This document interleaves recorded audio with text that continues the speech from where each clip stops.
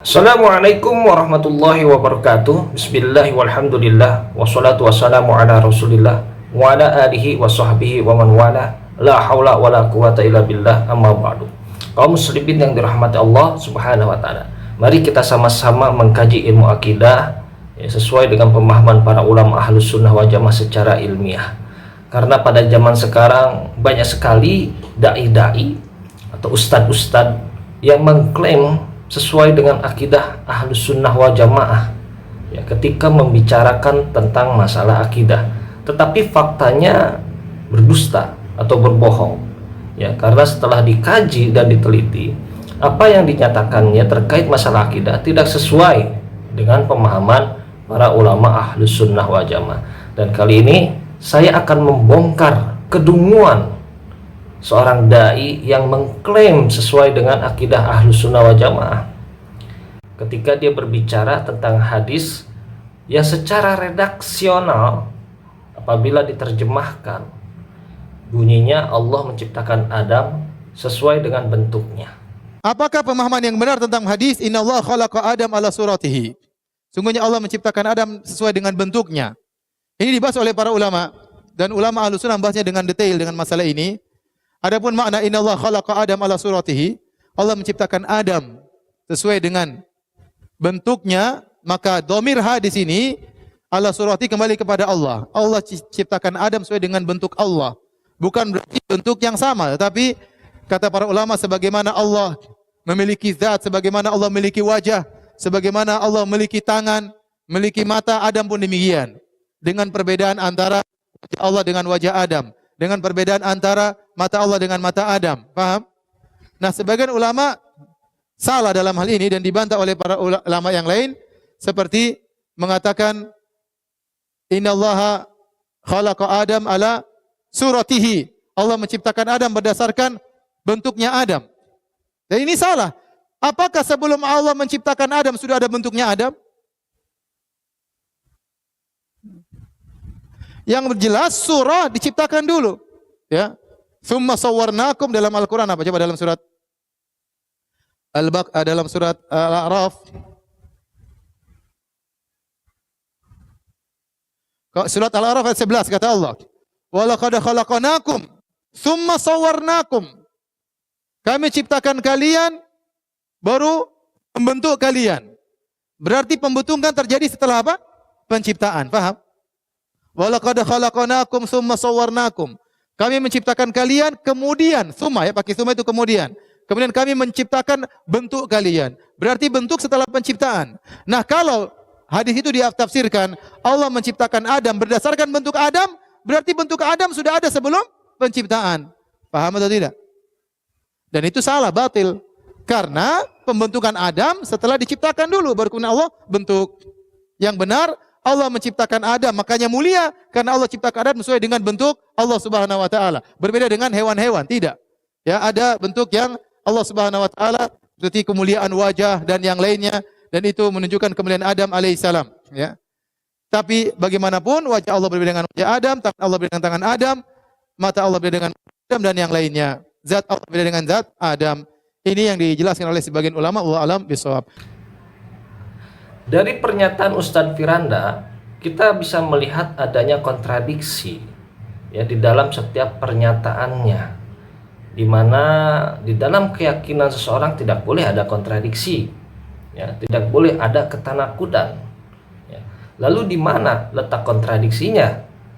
Apabila kita melihat secara tekstual, karena Ustadz Firanda ini menolak takwil dan tafwid makna, maka kita bahas sisi bahasa secara tekstual, di mana huruf jar ala di dalam hadis tersebut maknanya adalah litashbih, untuk menyerupakan, sehingga bisa diterjemahkan sesuai atau serupa atau sama. Dan di dalam pernyataan Ustadz Firanda, dia menggunakan kata sesuai, sehingga menyimpulkan Allah menciptakan Adam sesuai dengan bentuk Allah. Tapi pernyataan ini kemudian dia bantah dengan pernyataannya yang lain, yang mengatakan tapi bukan bentuknya yang sama, atau tapi bukan bentuknya yang sesuai. Nah, disinilah letak kontradiksinya. Dan ini jelas menampakkan suatu kebodohan. Ya. Bagaimana bisa kita meyakini sesuatu yang di dalamnya ada kontradiksi? Ya.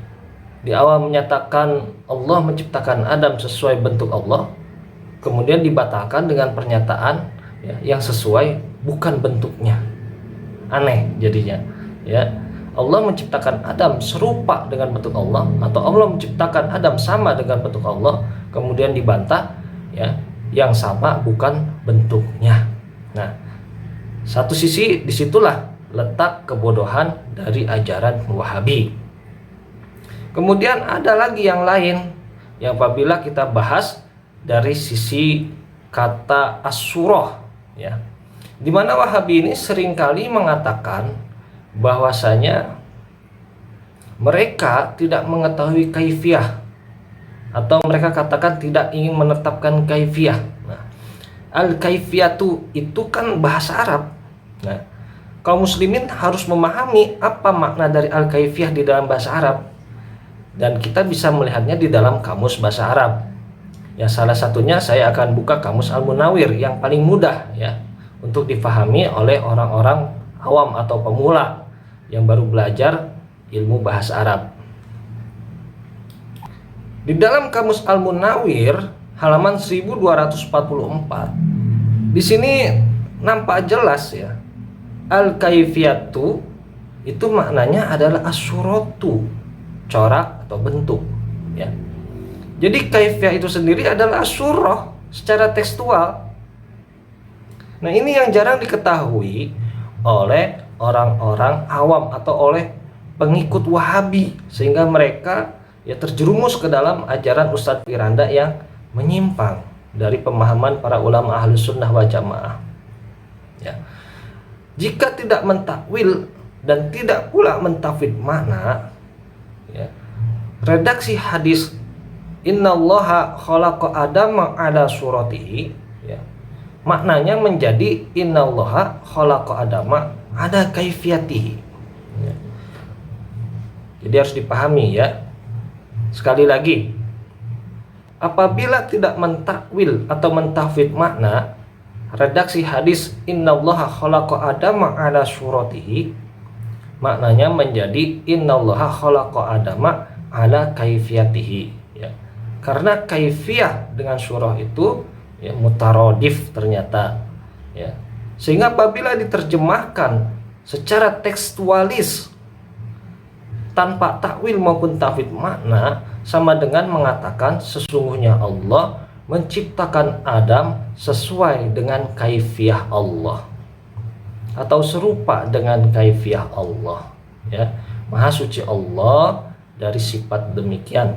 Nah, disitulah ya kegagalan ajaran Wahabi di dalam memahami ayat-ayat sifat atau hadis sifat, karena dampaknya sangat fatal sekali apabila mereka menolak takwil atau tafsir makna di dalam ayat-ayat sifat atau hadis sifat yang termasuk ke dalam kategori mutasyabihat ya.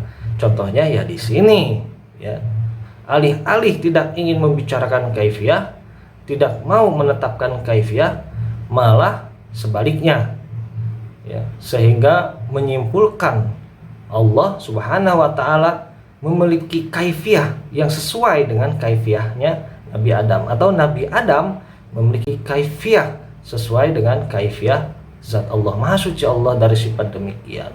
Itulah bahayanya ajaran Wahabi ya Pak. Maka penting sekali kita belajar ilmu akidah secara teliti dari orang-orang yang kompeten di dalam ilmu akidah, tidak hanya asal bicara. Nah, bagaimana jika ini ternyata ditelan mentah-mentah oleh para pengikut Wahabi? Ya tentu mereka akan sangat jauh menyimpang dari ajaran Ahlus Sunnah wal Jamaah.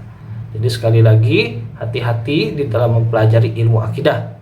Dan bagi yang sudah mengetahui, harap segera tobat. Jangan mempertahankan kesalahannya. Ya, gunakan nalar yang sehat. Ya, memintalah hidayah kepada Allah Subhanahu wa taala. Allahu a'lam bishawab. Wassalamualaikum warahmatullahi wabarakatuh.